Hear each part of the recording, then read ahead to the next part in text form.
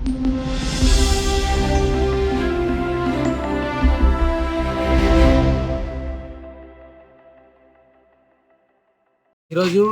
గోనెండ్ల మండలంలో హలో విద్యార్థి చెలో విజయవాడ అనే పేరుతో రేపు నవంబర్ 18వ తేదీ విద్యారంగంలో ఉన్నటువంటి సమస్యలు పరిష్కరించాలని ధర్నా జరుగుతుంది. ఆ ధర్నాని జయప్రదం చేయాలని పోస్టర్లు రిలీజ్ చేయడం జరిగింది.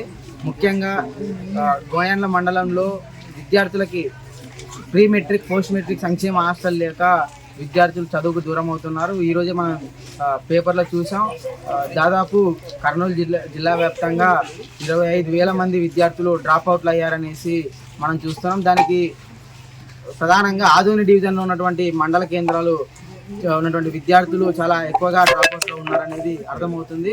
గోనెండ్ల మండలంలో కూడా డ్రాప్అవుట్లు అనేది చాలా ఎక్కువ శాతంలో ఉంది. గోనెండ్ల మండలంలో ఈ డ్రాప్అవుట్లు లేకుండా విద్యార్థులు బడికి వెళ్ళాలి లేదా కాలేజీలోకి వెళ్ళి చదువుకోవాలంటే ప్రీ మెట్రిక్ పోస్ట్ మెట్రిక్ హాస్టల్లో ఏర్పాటు చేయడం ద్వారా విద్యార్థులు బడికి వెళ్ళి చదువుకునే అవకాశాలు ఉంటాయి. ముఖ్యంగా విద్యార్థులు బడికి వెళ్ళకపోవడానికి కారణం ఏంటంటే తల్లిదండ్రులు వలసకు వెళ్ళే క్రమంలో ఈ సంక్షేమ హాస్టళ్ళు లేకపోవడం వల్ల విద్యార్థులను ఎక్కడ వదలాలో తెలియక వాళ్ళతో పాటు వలసలకు తీసుకుపోయే పరిస్థితులు వస్తున్నాయి. కాబట్టి ఈ పరిస్థితులన్నీ లేకుండా చేయాలి. విద్యార్థులు మంచిగా చదువుకోవాలి అనుకుంటే అధికారులు ఇప్పటికైనా గుర్తించి గోనెండ్ల మండలంలో హాస్టల్స్ని ఏర్పాటు చేయాలనేసి ఎస్ఎఫ్ఐగా డిమాండ్ చేస్తున్నాం.